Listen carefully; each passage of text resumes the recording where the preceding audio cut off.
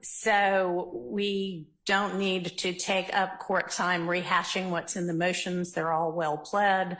If you have something that you want to add that was not in your written submissions, I'll listen to that.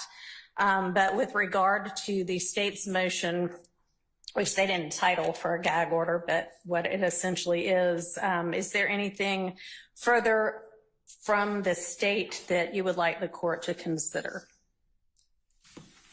Adriane Love, Your Honor. For the state, Judge, we will rest on the authority that we have presented to the court and point out to the court that since the time of this filing, other instances similar to in nature to the ones that we pointed out to the court have occurred, and we would just simply ask the court to afford the relief requested in the state's motion. All right, thank you. And anybody from the defense who needs to add anything to what's been filed in writing? Good morning, Your Honor. Good Doug morning. Weinstein for Diamante Kendrick.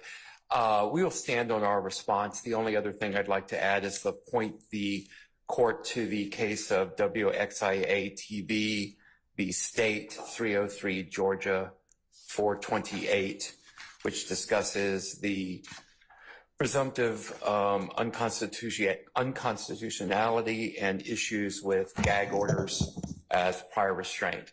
That case is with respect to the news media, but there is some analogous language in that, and I'd just like to point the court to that. Thank you. All right, thank you. All right, with regard to this motion,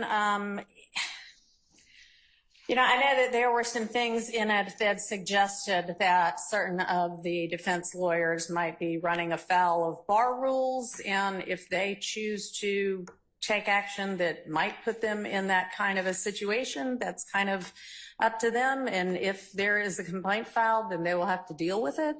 But I think that in regard to the propriety of doing that in this case at this time, I'm going to deny the state's motion. Obviously, if facts change and the state or the defense at any future time believes that it would be appropriate to consider this issue again, please raise it again. But at this point in time, we are going to move forward without instituting any kind of a restrictive order for speaking with the press in the case. With regard to the media, I'm just going to remind any of the media actors that are recording this case that the Rule 22s, they're in effect in Rule 22 period, only permits recording when the judge is on the bench, not during any recesses and not during any bench conferences. So let's make sure that we abide by that from here on out. I was having to reference some prior live stream that was in some of the motions that were filed and some of the responses, and notice that there were definitely times, at least in what I was seeing, that proceedings were being recorded when court was not in session, and Rule 22 does not allow that. So let's make sure that we stay within the bounds of Rule 22.